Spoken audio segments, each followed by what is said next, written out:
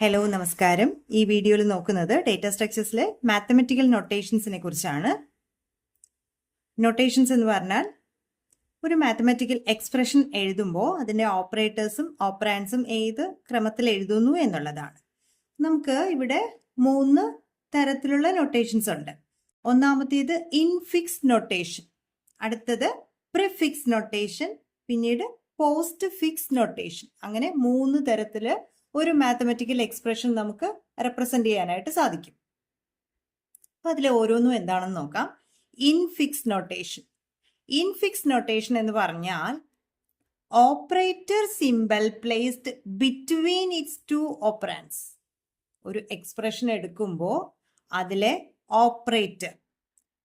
ഓപ്പറേറ്ററിന് ഒരു സിമ്പൽ ഉണ്ടാകുമല്ലോ. ഇപ്പൊ പ്ലസ് എന്ന് പറഞ്ഞാൽ അഡീഷന് വേണ്ടിയിട്ട് പ്ലസ് എന്ന് പറയുന്ന സിമ്പൽ യൂസ് ചെയ്യും, സബ്ട്രാക്ഷന് വേണ്ടിയിട്ട് മൈനസ് എന്ന് പറയുന്ന സിമ്പൽ യൂസ് ചെയ്യും. അപ്പോൾ ആ ഓപ്പറേറ്റർ സിമ്പൽ അത്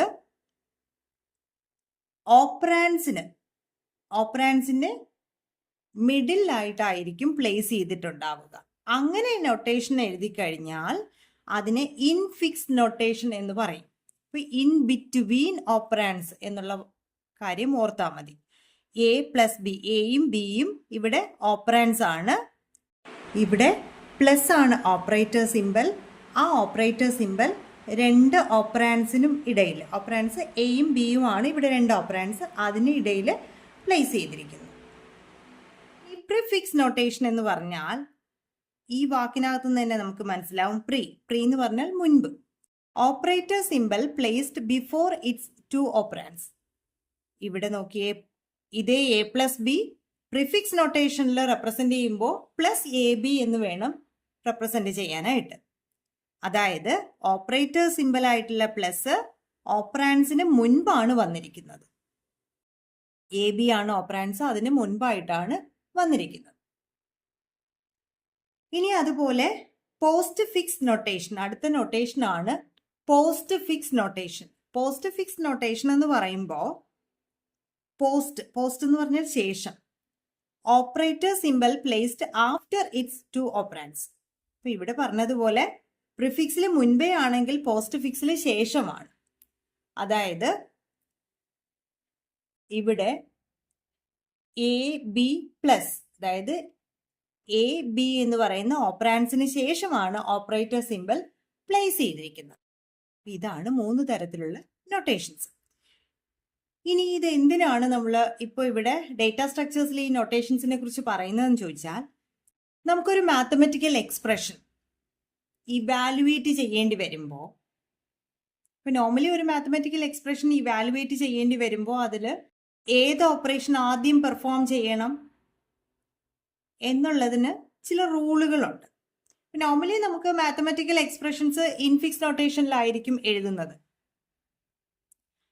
ഇപ്പോൾ A plus B into C എന്ന് പറയുന്ന ഒരു നൊട്ടേഷൻ, ഒരു എക്സ്പ്രഷൻ എഴുതിയിട്ടുണ്ടെങ്കിൽ, ഇതിപ്പോൾ ഇൻഫിക്സ് നൊട്ടേഷനിലാണ് എഴുതിയിരിക്കുന്നത്.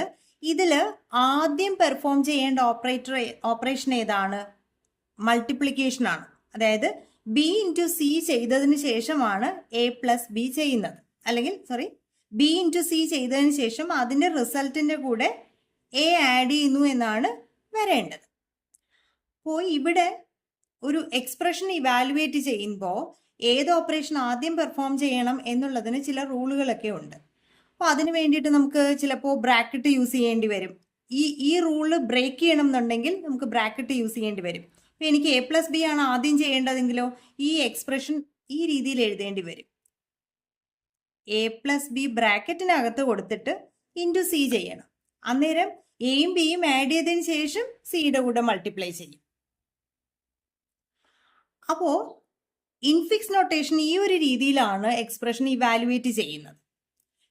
ഇത് നമുക്ക് കമ്പ്യൂട്ടറിലേക്ക് വരുമ്പോൾ അൽഗോരിതം എഴുതുന്ന സമയത്ത് ഒരുപാട് ബുദ്ധിമുട്ടുകൾ ഉണ്ടാവും.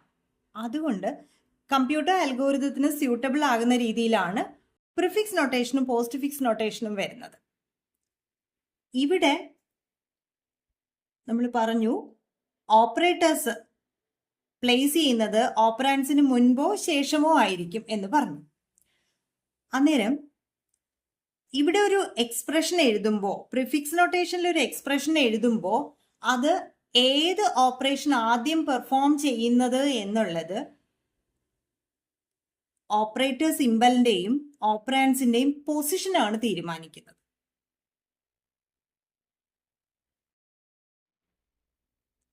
പ്രിഫിക്സ് നൊട്ടേഷന് മറ്റൊരു പേരും കൂടെ ഉണ്ട്, പോളിഷ് നൊട്ടേഷൻ. പോളിഷ് നൊട്ടേഷൻ എന്നും പറയാം. അതുപോലെ പോസ്റ്റ്ഫിക്സ് നൊട്ടേഷന് മറ്റൊരു പേരുണ്ട്, reverse polish notation. Polish notation എന്ന് പറഞ്ഞാൽ അത് പ്രിഫിക്സ് ആണ്. റിവേഴ്സ് പോളിഷ് നൊട്ടേഷൻ എന്ന് പറഞ്ഞാൽ പോസ്റ്റ്ഫിക്സ് നൊട്ടേഷൻ ആണ്. Thank you.